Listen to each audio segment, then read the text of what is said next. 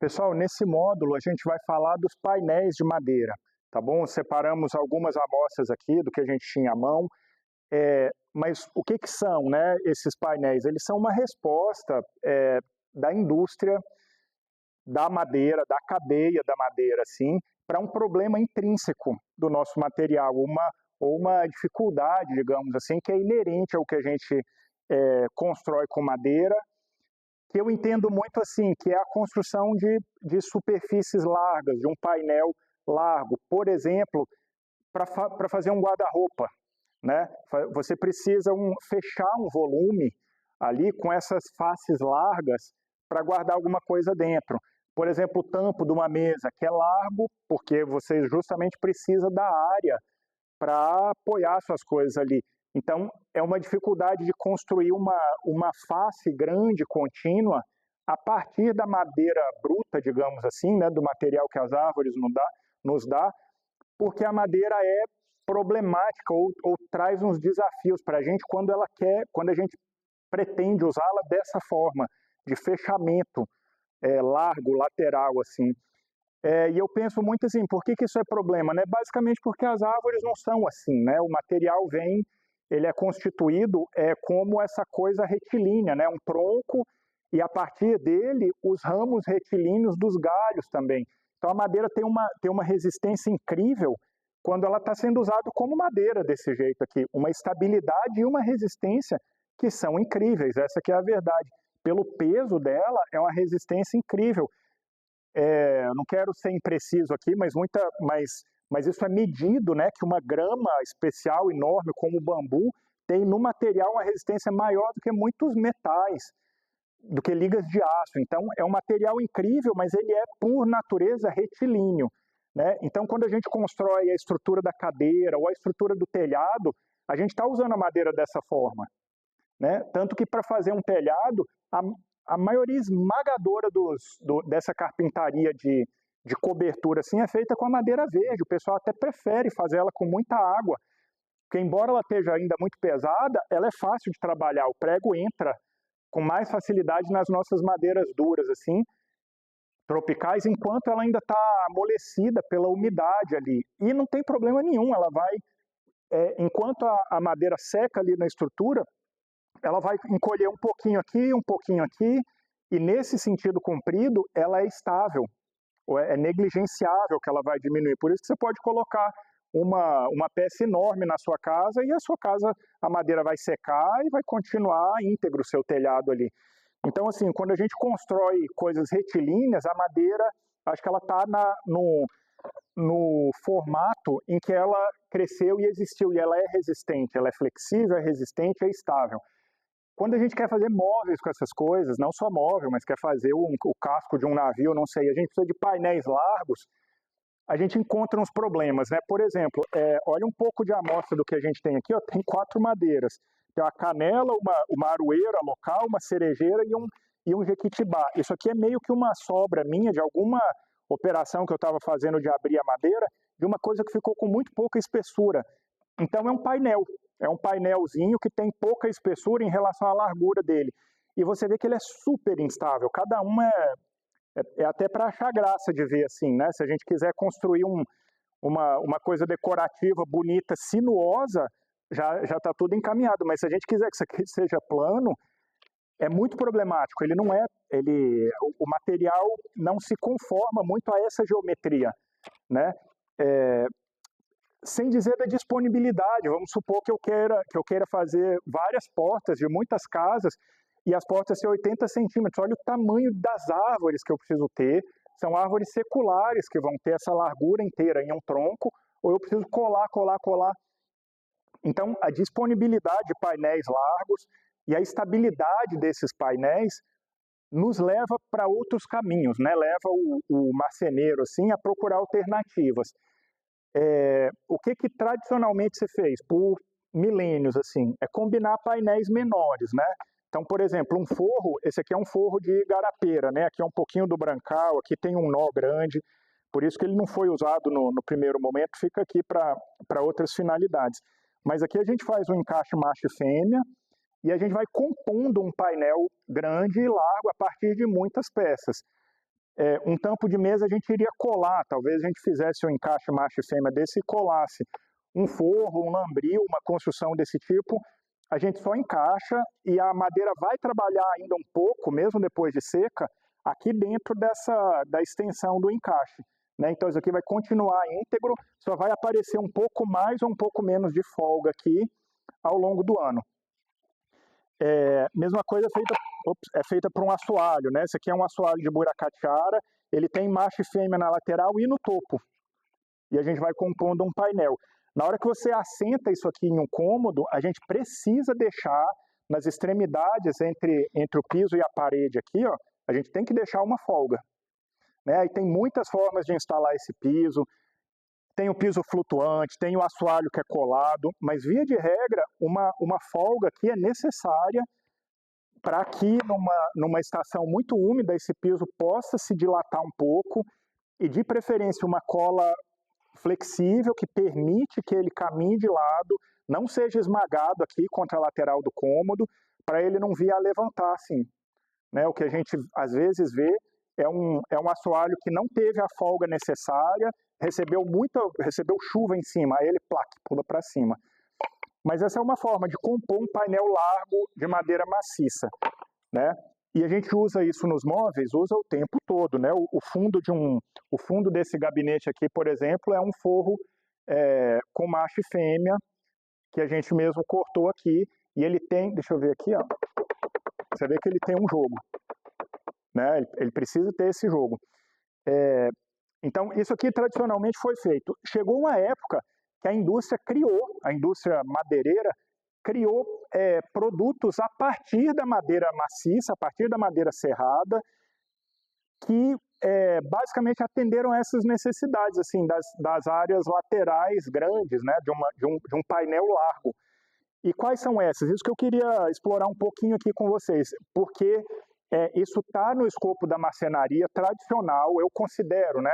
Eu não sou dono desses termos, acho que ninguém não pretendo ser de forma alguma, mas eu vejo que há muito tempo os painéis, principalmente os painéis compensados, eles estão no repertório de técnica e de prática de muitos marceneiros por muito tempo, mundo afora. Muito tempo, talvez, dê para a gente contar em torno de um século agora. Então, para mim, os painéis compensados são parte do repertório da minha rotina aqui e dos profissionais com quem eu aprendo e quem eu admiro. Então, para mim, o compensado é uma extensão já industrializada do uso da madeira maciça, né? Eu até posso construir um painel compensado com os meus meios aqui, mas seria difícil, cada lâmina seria bem mais grossa. Na prática, a gente se vale de uma indústria que está construindo painéis como esses aqui para ampliar nossa gama, nossa possibilidade de construir móveis, principalmente nesse momento dos painéis. Então, eu adoro usar painel compensado na minha rotina, né? Então, vamos entender um pouquinho do que se trata, porque isso é o tipo de material e de assunto que eu tenho certeza que o marceneiro vai encontrar direto entre os fornecedores, os clientes, assim, porque esses produtos derivados da madeira são correntes. Hoje, eu acho que eles nos ajudam em algumas coisas. Então, assim, primeiro, painel compensado. O que é isso?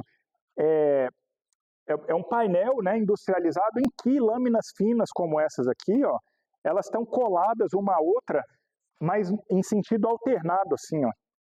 Uma para lá, uma para cá, uma para lá, uma para cá. Alternadamente elas são coladas, a gente coloca aqui algum tipo de adesivo e faz toneladas de pressão aqui em cima, né? Aí disso aqui resulta um painel, você olha aqui em cima, você vai ver fibra de topo e lateral, topo e lateral. Você olha aqui nessa outra face também, topo e lateral. E o interior dele é um sanduíche prensado ainda de fibra de madeira. Então, cada camada dessa é uma parte de madeira maciça. O que é mais comum é um processo de torneamento para essas camadas internas aqui. Eu acredito que é porque o torneamento, para gerar esse tipo de lâmina, é mais rápido e mais fácil. menos custoso. Então, normalmente a gente pega uma madeira de crescimento bem vigoroso, uma madeira replantada, via de regra um pinus ou um eucalipto, e aí cuidada com cuidado para ser uma madeira sem nó, sem muito defeito, entre aspas, uma madeira mais homogênea, e coloca umas toras de 2, 3 metros num torno gigante. Essa é a verdade. Eu até já vi uma máquina dessa ao vivo, uma máquina dessa não cabe, uma linha de produção dessa de madeira torneada para produção de painéis não cabe nessa oficina inteira. Mas chegam as toras, ela gira como um torno gigante e tem uma faca mais ou menos na proporção dessa travessa aqui, afiadíssima. É a tora está girando aqui, está sendo torneada nessa direção e a folha de madeira está saindo para o lado de cá e pingando água, literalmente. Você pode encher baldes ali. Porque isso ou é feita com a madeira verde ou a madeira é umedecida de novo, para ficar mole e maleável e resolver melhor esse corte. Então, um monte dessas lâminas são coladas em sentido alternado. Daí que vem eu entendo que essa noção de compensado é porque uma direção compensa a outra. E como é que isso resolve a nossa vida? Primeiro que você consegue criar um painel largo, muito largo, comparado com essas coisas aqui, incrivelmente largo, né? E a segunda coisa é que esse material é praticamente estável, dimensionalmente estável, porque tem tanta colagem aqui, ó, tem tanta superfície de cola, que a fibra na direção comprida, ela está impedindo que essa fibra lateral aqui se mova, que essa aqui sempre tem essa tendência, né? Absorve água e aumenta. Mas toda a fibra no sentido cruzado que existe, colado aqui, estabiliza esse movimento. E esse, por sua vez, estabiliza esse aqui, ó, da camada superior. Então, é um material dimensionalmente estável. Então, ele é super favorável para que a gente feche o painel de um gabinete. Super, super favorável. Porque você constrói um quadro como aquele que a gente mostrou da porta, né, com madeira no sentido comprido dela, que é estável, e bota um painel compensado ali no meio. Esse você pode colar, sem preocupação nenhuma. Então, o painel compensado nos dá a dimensão e a estabilidade que a madeira maciça nos dá com outros recursos e de forma mais trabalhosa e muitas vezes problemática até. Então, é um recurso, acho que aumenta, expande a nossa possibilidade bastante de trabalhar, principalmente no meu caso aqui, quando a gente pega um painel que tem essas lâminas que são de madeira reflorestada, que não é uma madeira nobre ou apreciada, digamos assim, pela textura, pela beleza, pelo padrão, pela história, e a gente cola por fora desse material aqui uma última camada de uma madeira nobre, ou de uma madeira que nos interessa mais usar, uma madeira especialmente linda. Você vê, aqui tem uma lâmina de pau-ferro, aqui uma lâmina de nogueira, do norte-americana, né, do hemisfério norte, e aqui uma lâmina do nosso frejó, que tem até aquele padrão que é tão lindo do frejó assim, que é meio uma trama, né, uma coisa brilhante, entrelaçada assim. Então, o que a indústria faz, né? Cria um painel compensado, como esse aqui, ó. Esse aqui é um compensado de pinos, acredito, e a última camada dele, eu acho que é o próprio pinus, né? Às vezes existe um painel compensado de pinos e a última camada é de virola, é de sumaúma, eu não sei, é de alguma madeira que também a indústria ainda consegue obter em volume assim, mas ainda é barata, né? Ainda é acessível assim. É o que mais existe, é o compensado o virola, virolinha, amapá, ou é o cedro cuiabano, enfim, quando normalmente o comércio diz isso, eles estão nomeando essa espécie da última madeira que foi colada aqui, a última lâmina. Ou a gente pode ter essa última lâmina de alguma dessas madeiras aqui, né? Então a gente teria um painel de madeira compensada, madeira reflorestada, quanto mais camadas você colar aqui, mais espessura o material vai tendo, né? Então isso aqui a gente encontra normalmente desde uns 4 milímetros, que tem 2 ou 3 camadas, até, sei lá, 4, 9 milímetros, 15, 18, 25. Então dá uma gama de possibilidades incrível assim, para o marceneiro construir. E se aqui em cima tiver colado uma lâmina de frejó, como essa aqui, ó, esse aqui vira um painel que visualmente ele é de frejó, e é de frejó natural, né? Tem uma lâmina de frejó natural colada aqui. dos dois lados, numa face, na outra, vai restar para o marceneiro solucionar de alguma forma, se ele decidir fazer assim, esse topo aqui, que aqui não é o frejó, né? Então, normalmente, ou a gente cola uma outra folhazinha dessa aqui no topo, ou encabeça com uma tirazinha de frejó mesmo, que a gente corta aqui uma tira e cola ela aqui, né? Esse encabeçamento, às vezes, ele reforça a madeira, ele pode criar uma, mais ou menos como está feito aqui, eu posso colocar um encabeçamento que reforça uma prateleira, por exemplo, ao mesmo tempo que ela torna essa face aqui visualmente compatível com a outra, né? Uma face de madeira maciça, frejó também. Então é muito útil, muito interessante esse uso combinado, eu acho, né? Essas folhas a gente compra no comércio também, a mesma folha que é colada aqui em cima e prensada, a gente compra e normalmente cola aqui com cola de contato. Por que a gente não costuma usar para essa folha a cola branca aqui, a cola PVA, né? Porque a cola, eu acho que é assim, porque a cola PVA você tem que prensar com grampo, e essa área aqui é quase impossível, que você vai prensar de forma homogênea, assim, e consistente. Então, você passa a cola de contato num lado, no outro, e ela adere instantaneamente, né? Você cola e faz o acabamento.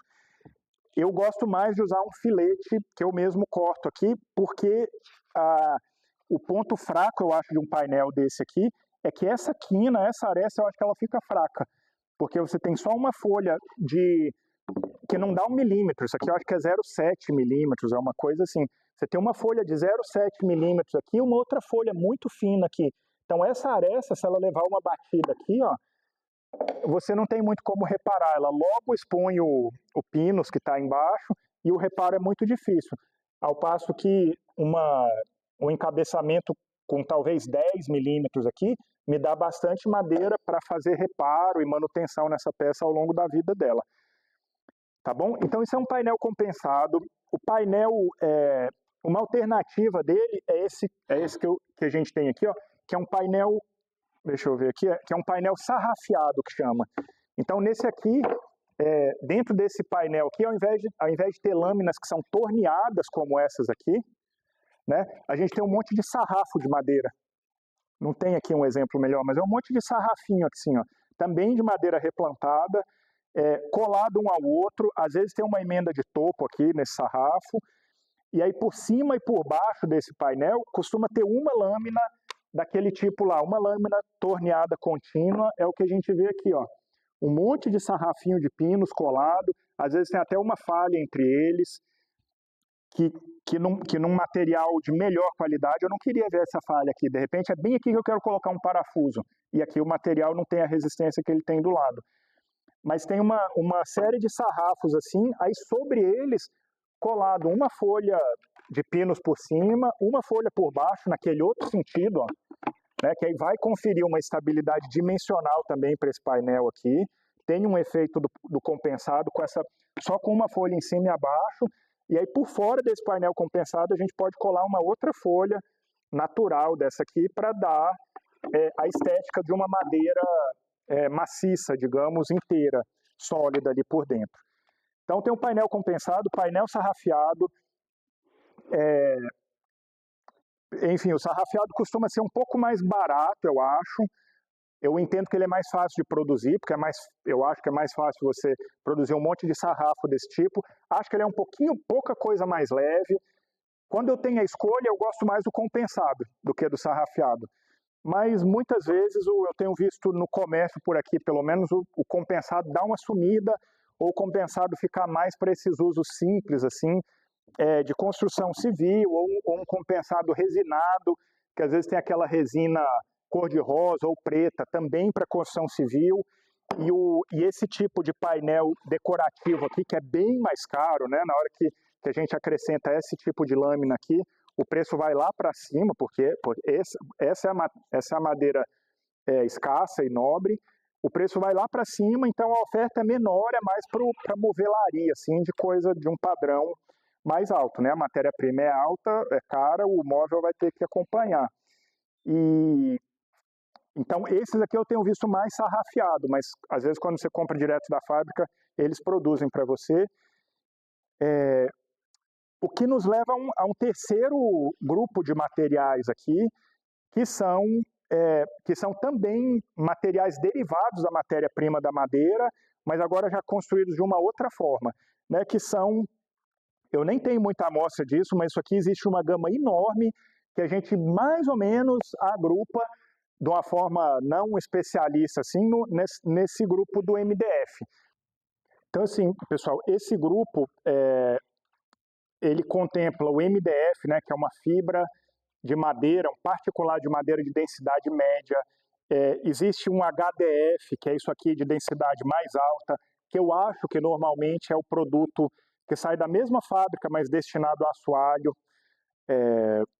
E tem uns de densidade mais baixa, eu nem de longe sou especialista nisso aqui, mas eu sei que tem uns painéis aglomerados, tem aquele painel OSB que não é a madeira, USB não é exatamente a madeira moída e transformada em pasta com resina, como é essa aqui, mas é a madeira meio que desfeita em lasca, assim, que ela ainda guarda um pouco dessa estrutura de madeira mesmo, de célula orientada, e aí no USB essas lascas são prensadas e coladas assim, então é um outro híbrido. Aí tem o MDF, aí tem os outros aglomerados, enfim, tem toda uma gama de painéis aqui, alguns são mais resistentes à umidade, como esse verde aqui. Vários fabricantes dão nomes diferentes para as linhas de produto, mas várias vezes esse MDF que resiste a mais umidade, ele é indicado para área úmida, porque esses aqui a gente sabe que na hora que a umidade entra aqui, na hora que vem umidade pelo chão ou escorre, ele estufa e não tem reparo também, ele absorve muita água, estufa e não tem reparo. Então, alguns deles têm, você pode comprar ele cru, que o pessoal chama, que é só a fibra de MDF. O mais comum é ser vendido assim, ele já revestido na face grande, com uma camada de melamina dessa aqui, que é muito dura. Na verdade, isso aqui é bastante resistente, relativamente resistente a arranhão assim. Então, essas duas faces, elas vêm acabadas, né? O trabalho com isso aqui é dimensionar essa chapa e revestir essas laterais aqui, esses topos. Então, a camada de melamina, como é um produto industrial, tem em cores e padrões sem fim, assim. De um tempo para cá é bem comum que isso aqui não seja mais liso, digamos assim, mas tem uma textura, tem alguma impressão aqui que se aproxima dessas texturas de veio, de madeira. Então, assim, se usa demais, se usa para algumas finalidades em que isso aqui adianta um monte o seu trabalho, porque você recebe um painel enorme, com duas faces acabadas, que é dimensionalmente estável. Então, para construir esse tipo de gabinete aqui, ó, é excelente, você vai chegar nesse resultado em uma fração do tempo e uma fração do custo que você teria se você fosse usar soluções como essa aqui, né? Então, resolve a minha vida muitas vezes. Quando resolve a minha vida, eu uso. É feito de madeira reflorestada, então tem um argumento ecológico por um lado, né? Porque isso aqui não gera mais demanda lá na floresta por madeira nova, madeira de primeiro uso que cresce lentamente numa floresta tropical. É a demanda que isso aqui gera, a gente tem que entender essas coisas e saber qual é o nosso papel nessa história inteira. Por outro lado, isso aqui ocupa regiões imensas aqui onde eu moro, eu olho para o lado eu vejo mais pinos do que qualquer outra coisa. De área que seria muito mais benéfica para quem vive aqui se fosse reflorestada de verdade, com floresta biodiversa e não com monocultura de uma espécie que é problemática de várias formas que a gente conhece. Mas assim, esses painéis de MDF eu uso pouco, mas eu não acho que a gente faz bem em criar hierarquia entre formas de trabalhar. Para mim, a marcenaria tradicional, ela termina mais ou menos por aqui, onde a gente ainda se vale da estrutura da madeira maciça, como ela quebra, como ela cresce. E por que eu estou querendo dizer isso? Porque na hora que eu corto, e na hora que eu colo, ou que eu parafuso isso aqui, eu percebo que ela ainda responde como madeira, porque aqui dentro ainda tem aquele monte de fibra entrelaçada entre elas, mas ainda é fibra de madeira, né? Então, se eu colocar um parafuso aqui, ele ainda está aderindo a camadas de fibra de madeira e tem uma adesão enorme aqui, ao passo que aqui um fixador não responde mais desse jeito, né? Aqui, na verdade, se fizer uma força aqui, ele abre, ele delamina como papelão, assim, que é... Aqui a gente está interessado só numa pasta de celulose, na verdade, que vira essa matéria-prima que ficou amorfa e por isso ela é estável e cobre essas áreas grandes. Mas essa é a distinção grande, eu acho, que eu faço, assim. Eu entendo que esse aqui é a madeira maciça, aqui é um subproduto da madeira que ainda guarda muito da propriedade da madeira, tendo resolvido aquele ponto fraco, digamos assim, que é da estabilidade, da disponibilidade de uma coisa larga. Aqui a indústria já deu um outro passo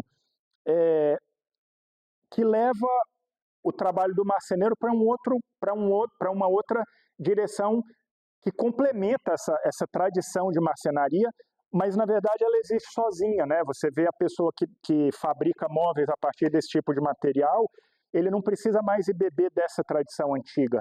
E de fato ele não é mais o que acontece, né? A gente vê máquinas como essa, um ferramental e ferramentas como essa aqui, que trabalham a madeira maciça, elas são agora peça de museu se você trabalha com essas coisas.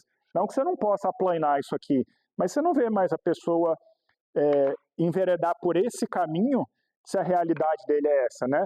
Aqui você recebe as placas, você tem que ser inteligente ao usar aquele todo, faz um plano de corte, corta com cuidado para essa camada fininha de melamina não quebrar, para esse corte ser bem feito, e praticamente você está pronto para montar, né? Protege essas faces aqui contra a umidade e você começa a montar aqui. Aí tem uma infinidade de ferragens, de formas de configurar o gabinete a partir disso aqui. Mas então você está falando de, talvez de uma esquadrejadeira, de uma seccionadora, de uma coladeira de borda, e você vai montar o móvel, né? Ao passo que nessa tradição você tem que aprender com quem há milênios lidou com esse material, com a riqueza, com a beleza e com a dificuldade que ele também impõe, né? Então, para mim, esse é o caminho da marcenaria tradicional, assim. O que me apaixona é que eu vejo mais esse vínculo mais próximo com o material natural, com a biologia, com a botânica e com a biodiversidade do lugar que a gente vive, assim. E, enfim, e a madeira, eu entendo assim também, essa estrutura de material é incrivelmente versátil, né? Porque ela é forte só assim, ó. Ela é forte como um galho é forte, né? Então você pega uma vareta dela, se você aprender a arranjar varetas como essa, você faz um telhado, faz uma escada, faz o mastro de um barco, faz uma cadeira que vão atravessar século atrás século atrás século. E você constrói a partir daquele formato lá. Sim, se você quiser criar um painel, você tem que quebrar sua cabeça para fazer de formas inteligentes. Mas isso aqui é super versátil, para fazer desde o pequeno até o longo. Esse aqui é muito bom para um tipo de coisa, para fechar os painéis, né? Mas como você vai construir uma estrutura de cadeira com isso aqui? Esqueça, o material não funciona assim. Você pode cortar uma tira do MDP, da coisa de maior qualidade que tem, que ele literalmente quebra igual você dobra isso, igual você dobra papel. Ele não serve, né? Então ele atende algumas coisas que hoje em dia é o que uma marcenaria pequena muitas vezes sobrevive fazendo, né? É a marcenaria de bairro que atende essa demanda muito grande por esses móveis de conter coisas, né? Então ele atende assim, muitos dos nossos colegas começaram na marcenaria mais tradicional da madeira maciça e fizeram essa migração até para continuar vivendo, né? O mundo profissional assim nos puxa para um monte de direções e cada um sabe do seu contexto, da sua realidade e de como deve e pode trabalhar. Então, a última coisa que eu queria sugerir é uma hierarquia entre melhor, mais puro, mais inteligente, mais bonito. De fato, eu acho que esse não é um caminho. O que eu acho é que a gente tem formas mais tradicionais que a gente precisa aprender bastante com os antigos, assim, e tem formas contemporâneas que também de construir móveis, que são boas e práticas e rápidas e eficientes e bonitas num dado contexto, numa dada realidade. Tá bom? Então, Esse é um geral assim sobre a madeira maciça e os painéis e como essas coisas se complementam. E no próximo módulo, mais mão na massa.